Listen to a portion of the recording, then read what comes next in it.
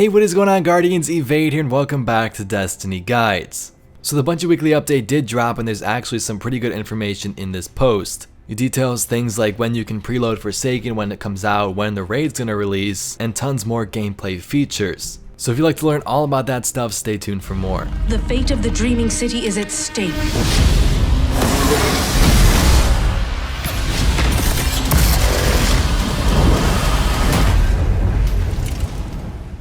Alright Guardians, before we jump into all the information, I made a video earlier today talking about Cade's Last Stand, Gambit Early Access, and then the Kel's Grave. If you'd like to see that video, it's at the top of this description. It shows you Cade's last moments and talks about how you can get your hands on Gambit early. But without further ado, let's jump into the Bungie weekly update. So the first two things is what I covered in the previous video, Cade's Last Stand and then the Gambit information. Now in that video I told you there's going to be a 24-hour trial, but Bungie actually details the dates and when it's exactly going to begin. So this will begin at 10 AM Pacific time on September 1st and will end obviously the next day at 10 AM Pacific time, September 2nd. So for those of you that missed that, you don't need to have Forsaken pre-ordered or pre-downloaded or whatever. Anybody that has Destiny 2 can jump into the action. So this is kind of like a little beta phase. You won't be able to receive rewards and you won't be able to rank up your infamy rank until Forsaken will release. So Gambit stats will not be recorded within the 24-hour trial and you will receive year 1 drops as your rewards. Next, let's talk about Forsaken's release times. On September 4th, there will be a day 1 patch that players will need to download before they can play Forsaken. Now Destiny 2 will be brought down for maintenance at 7 AM Pacific time. They anticipate that the patch will become available to players on all platforms by 7:30 AM. So at 7:30 AM you hop on, get your patch downloaded, and at 10 AM Pacific time is when you'll be able to start playing and maintenance will conclude.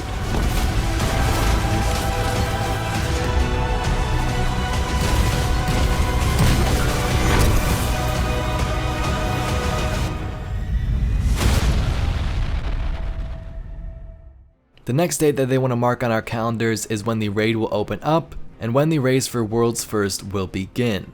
So here's what Joe Blackburn had to say about that. Forsaken is proof that the full Destiny 2 experience is just beginning when the campaign comes to a close. With so many new things to do and so much power to gain, we knew that players would need more than just 3 days to prepare for the incredible challenges of Forsaken's raid. That's why Last Wish, the next chapter in Destiny's raiding legacy, goes live on September 4th at 10 AM Pacific time. This is a week and a half after you've set your first foot in the Tangled Shore. So it's not like previous expansions where you had to wait a couple of days and then the raid comes out. You got a full week and a half to enjoy the story, play through as much as you want, and get geared up in the process, which is very nice. Now something else you also may have noticed if you guys have been following the leaks on Reddit and things like that, the guy told us like a week or two ago that the raid was going to be called Last Wish. So that is confirmed now, so I guess that shows us the validity of his post, and some of the other things he said could possibly be true. So the next thing they talked about and cleared up was some of the mods coming to Forsaken and how they're going to work. So year 2 mods will come from the following sources. All exotic armor drops regardless of the year have a chance to come equipped with a mod. Non-raid year 2 legendary weapons and armor drops have a small chance to come equipped with a mod. So you are free to keep the weapon should that particular weapon and mod combo suit your needs, or you may choose to dismantle the weapon to break out the mod for use elsewhere, which we've seen before. You may pull mods out of gear to use in other gear by dismantling the original item they dropped in. Alternatively, should you want to use the item but not the mod, you can choose to slot in a new mod over the old one. And also, weapons and armor purchased from vendors do not come with any mods. If you have the mod components and glimmer necessary to feed your habit, you may choose to go straight to Banshee 44th Gunsmith, who will have 2 mod packages available for purchase. The first one is the Direct Buy Year 2 Armor mod, which is updated daily, and the second is a Direct Buy Year 2 Weapon mod, which is also updated daily. You may also acquire mod components for trading with Banshee 44 by dismantling other loose mods. And finally, this one goes out to the Year 2 armor mods and the Year 1 armor that loves them. As of the launch of Forsaken on September 4th, here's what we got. Year 1 armor mods in your inventory will cease to work but can be dismantled or traded in for materials. Also, those Year 1 armor mods that are currently slotted in your Year 1 armor will cease to work but remain slotted into that armor. And that's what you can see on screen right here. Year 2 armor mods will be able to be slotted in both Year 1 and Year 2 armor mod slots. And that's pretty much all we have to do with mods. I know that was a lot, but you can, pause it and take a look at it if you like, or check out the update for yourself. Next in the update, they have information on patch notes for the update coming out next week. Now, if you know my videos, I don't normally cover all of these, so if you'd like to see those, the link is down below, and there's a ton of them. Now I'll just read a couple here towards the end. For example, swords will have the ability to accept shaders. Wanted escapees from the Prison of Elders will roam the open world, but they will not drop rewards until September 4th. Increased difficulty for lost sectors. So example, EDZ lost sectors will become 240 power. With Xur, this is pretty interesting. It says his will is not his own. He will no longer display a vendor icon on destination maps, so I guess it's going to be a secret on where he's going to be, and he will no longer be tied to flashpoints. Now it appears the Faded Engram will grant only pre-Forsaken exotics.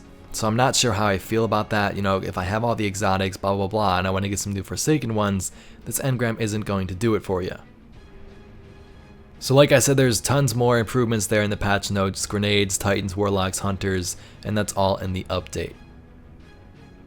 So with update 2.0.0, which comes out next Tuesday, this is going to introduce the weapon slot changes that'll be live for all players.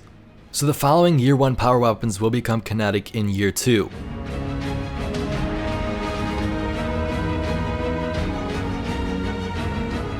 Next up, these Aikilos power weapons will have their elemental attribute changed, and it will be locked to Solar for Year 2.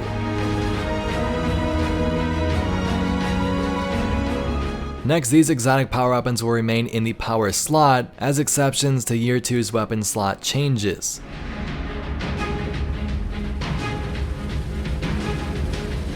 So all Year 1 energy and power weapons will have their elemental attribute locked for Year 2, and the new ammo economy will be live to support Year 2 weapon slots next week.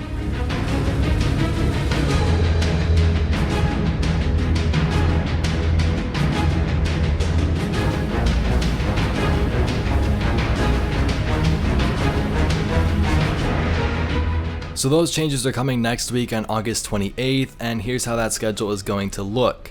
So 9:30 a.m. players will not be able to log into D2. Some maintenance will go on, and at about 10 a.m. Pacific time you'll be able to roll out the update across all platforms and the regions. So it is a little different next week. Instead of the normal conclusion at around 1 p.m. EST or 10 a.m. Pacific time, it says the maintenance is expected to conclude at 2 p.m. Pacific time, so that's 5 p.m. EST, and you can convert that to wherever you are, which is a bit later, but a lot of changes to be added, so I guess that's kind of expected. Moving on, we have some Trials of the 9 info. So following the week of August 24th, Trials of the 9 will be on a little hiatus, and the achievement that goes along with it will not be available to players who have not yet unlocked it. Next, let's talk about your Solstice armor. So last week, Bungie confirmed that players will be able to masterwork their legendary Solstice armor, which is the Resplendent, after Solstice of Heroes ends on August 28th. This week they are going over some known issues that players may encounter trying to masterwork this armor set after Solstice of Heroes ends. So players will not be able to complete the Prestige Nightfall objective between 8:28 and 9:04 due to the strike scoring being unavailable. After September 4th, the Heroic Strike playlist is being retired for a single adjustable strike hooper. So players will need to complete strikes in this new playlist with at least one clanmate to unlock this masterwork objective. And lastly, your Valor ranks are going to reset after the conclusion of Season 3 on September 4th. If players do not unlock their masterwork for achieving Legend in their Valor by the end of Season 3, their Valor rank will be reset, and they will have to begin anew in Season 4. So as a reminder, to complete the Masterwork objective, players must max out their Valor, which is a score of 2,000, and then you just have to complete one more match after that. So for those of you that are a little stumped, if you already reached the max rank, you just gotta play one match, and like it said, you're good to go. But tell me what you're most excited for down below. Are you gonna jump into Gambit, their free trial next week? Are you going to be gearing up as quick as you can in that first week and a half for Last Wish? Or are you just excited to play the game like me? Because I definitely can't wait. So I'm going to tag on another little update like I did in the last video in case some of you missed it. Just want to get the information out there to the viewers. So in the next week or so, I'm going to have a join button on my channel. Nothing is going to change, but those who do decide to become members are going to get some exclusive rewards. Things like a monthly video 24 hours early, an opportunity to be an Easter egg in my video game, access to our Discord, and whatever other perks I decide to throw in there from time to time. So I just want to keep you updated so when that pops up, you're not like, what the heck is this? And just know it's 100% optional and nothing is going to change for you guys who don't decide to do it. Thank you so much for watching. If you enjoyed, please be sure to give this video a thumbs up and subscribe for some more awesome Destiny 2 news and entertainment. My name's Evade and I'll catch you Guardians in the next one.